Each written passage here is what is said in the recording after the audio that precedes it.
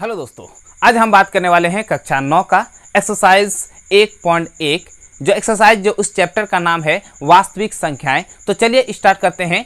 यदि आपको हमारा वीडियो पसंद आए तो लाइक करें और ज़्यादा से ज़्यादा लोगों तक शेयर करें। हाँ, अगर आप हमारे चैनल में नए हैं तो सब्सक्राइब करना ना भूलें ताकि जब भी हम वीडियो बनाएं सबसे पहले उसकी सूचना आप तक पहुंचे। तो चलिए हम स्टार्ट करते हैं। तो सवाल नंबर आपका पहला सवाल क्या कहता है, ध्यान से सुनिए। बता रहा है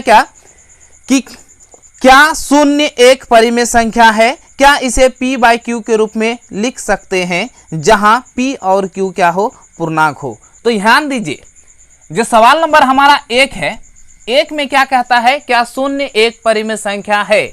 हम पीछे वाले वीडियो में आपको बता चुके हैं कि परिमेय संख्या किसे कहते हैं। बिल्कुल सही है कि शून्य एक परिमेय संख्या है, क्योंकि शून्य को हम 0/1 या 0/2 बराबर क्या हो जाएगा, शून्य, या बराबर क्या हो जाएगा, शून्य, हम लिख सकते हैं। तो इसीलिए यहाँ पे क्या हो जाएगा, ये हाँ हो जाएगा, मतलब शून्य को p/q के रूप में लिखा जा सकता है। तो इसका आंसर क्या हो जाएगा, हाँ, ठीक है। और फॉर एग्जाम्पल यहाँ पे इस तरह से हो जाएगा। एग्जाम्पल क्या हो जाएगा, 0/1 बराबर क्या हो जाएगा, 0, 0/2 बराबर क्या हो जाएगा, 0। तो हम उसे लिख सकते हैं। जैसे सवाल नंबर 2, सवाल नंबर आपका 2 में क्या कहता है, बता रहा है कि 3 और 4 के बीच में 6 परिमेय संख्या ज्ञात कीजिए। ध्यान दीजिए, 3 और 4 आपका जो सवाल है, 3 और 4 इसके बीच 6 परिमेय संख्या निकालना है। आप अनंत परिमेय संख्या निकाल सकते हैं, ठीक है।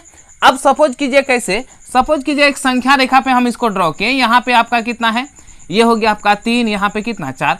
अगर हम 3 होगा तो 3.1 लिख सकते हैं, 3.12 लिख सकते हैं, 3.13 लिख सकते हैं, 3.4 लिख सकते हैं, 3.1 इस तरह से क्या लिख सकते हैं, 5। फिर यहाँ 3.2 लिख सकते हैं, फिर यहाँ पे क्या लिख सकते हैं, 3 लिख सकते हैं, फिर 4 लिख सकते हैं, फिर क्या लिख सकते हैं, 5 लिख सकते हैं। इसी तरह से बहुत सारा आप लिख सकते हैं। लेकिन इसका सबसे आसान तरीका आपको बताते हैं। इसमें एक चीज़ है कि जरूरी नहीं है कि आपका आंसर 100 to 100% मिलेगा, इसमें नहीं भी मिल सकता है, क्योंकि इसके बीच अनंत और परिमेय संख्या हो सकता है। तो अभी जो आपको ट्रिक बताने वाले हैं, जो बहुत ही आसान तरह से आप कर सकते हैं। यह ट्रिक इस तरह से है कि जब भी आपको 2 संख्या दिया रहे, उसको क्या करना है, उसका बीच की संख्या निकालना हो तो आप इस ट्रिक का प्रयोग कीजिएगा। वह ट्रिक ये है कि दोनों संख्याओं को जोड़ के 2 से भाग देना है, उसके बीच की संख्या निकल जाएगी। तो जैसे हम करेंगे, अगर सवाल नंबर 1 का करेंगे तो 1/2, यहाँ 3 प्लस कितना हो जाएगा, 4। जैसे सपोज कीजिए यहाँ a है और b है, बीच की संख्या बराबर फॉर्मूला होता है 1/2 into a plus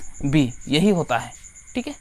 1/2 a plus b, यही इसका बीच की संख्या का फॉर्मूला है। इस फॉर्मूला का प्रयोग करते हुए आप अनंत के रूप में बीच की संख्या निकाल सकते हैं। चलिए हम भी निकालते हैं। यहाँ पे हो जाएगा क्या, 1/2, यहाँ पे देखिए कितना हो जाएगा, गुना हो जाएगा 7 बराबर 7/2, ठीक है। तो पहला संख्या हमारा निकल गया 7/2। अब देखिए इसके और इसके बीच निकालिए, इसके और इसके बीच। सपोज कीजिए ये संख्या रेखा है ना, यहाँ पे 3 है, यहाँ पे 4 है। अगर बीच किए तो यहाँ कितना हो जाएगा, 7/2, मतलब क्या, 3.5। अगर फिर इसको बीच करेंगे, फिर इसमें बीच करेंगे, फिर इसमें बीच करेंगे, फिर इसमें बीच करेंगे, फिर इसमें करेंगे, फिर इसी तरह से हम अनेक लिख सकते हैं। तो यहाँ पे आपका क्या हो जाएगा, अगर दूसरा पॉइंट निकालेंगे तो कोई भी संख्या, जैसे इस तरह से 1/2 ले लिए, उसके बाद यहाँ पे लिखे 3 + 7 कितना होगा, 2। अगर इसको सॉल्व करेंगे तो क्या हो जाएगा, 1/2, यहाँ पे क्या हो जाएगा, एलसीएम लेंगे 2, 6 + 7 यानी क्या हो जाएगा, 1/2, यहाँ पे कितना हो जाएगा, 13/2 बराबर 13 कितना हो जाएगा, 4, ठीक है। तो चलिए यहाँ पे हम लेते हैं तीसरा पॉइंट। अगर लेंगे फिर यहाँ पे देखिए 1/2, इस बार लेते हैं क्या, 4 से जोड़ देते हैं, 7/2 को 4 से जोड़ दिए, यानी यहाँ पे हो जाएगा कितना, 1/2, और यहाँ पे कितना हो जाएगा, 2, 8 हो जाएगा, 7 हो जाएगा। उसके बाद यहाँ पे 1/2, यहाँ पे हो जाएगा 15/2 बराबर कितना हो जाएगा, 15/4, ये हो जाएगा। तो ये हमारा तीसरा पॉइंट तक हो गया। अब हम चौथा पॉइंट करते हैं। तो ये हम एक बार 3 से, एक बार 4 से। अब जो संख्या है उसको क्या करेंगे, हम इससे भी कर सकते हैं। जैसे यहाँ पे अभी हमारा निकला कितना, 13/4, तो इसको क्या लिख सकते हैं, 1/2 है ना, तो 3 + 13/4, तो यहाँ पे हो जाएगा 1/2, 4 × 12 प्लस कितना हो जाएगा, 13/4। अब यहाँ पे होगा 1/2, यहाँ क्या हो जाएगा, 25/4 बराबर क्या हो जाएगा, 25/8। अगर हम पांचवा निकालेंगे, देखिए एक बार 3 से जोड़ेंगे, एक बार किससे, 4 से करते हैं, फिर 1/2, 4 + 13 कितना हो जाएगा, 4। अब यहाँ पे हो जाएगा कितना 1/2, यहाँ पे क्या हो जाएगा 4, 4 चौको 16, यहाँ पे कितना हो जाएगा 13। अब यहाँ पे हो जाएगा 1/2, इसको जोड़िए कितना हो जाएगा 29 हो जाएगा बट्टा 4 बराबर कितना होगा 29/8। ये चौथा पॉइंट निकल गया। अब हमको निकालना है 5 छठा पॉइंट। तो छठा पॉइंट कोई भी एक संख्या कीजिए, जैसे हमने 13 से किया, इस बार 15 से करेंगे। तो 1/2 यहाँ पे कितना हो जाएगा आपका 3 से करते हैं, 15 बट्टे कितना हो जाएगा 4। अब यहाँ पे होगा 1/2, यहाँ पे होगा 4 तिया 12, ठीक है। यहाँ पे आपका कितना हो जाएगा 4 तिया 12, यहाँ पे कितना हो जाएगा 15/4। अगर इसको सॉल्व करेंगे तो 1/2, यहाँ पे कितना हो जाएगा 27/4। अगर करेंगे तो 27 बट्टे कितना हो जाएगा 8।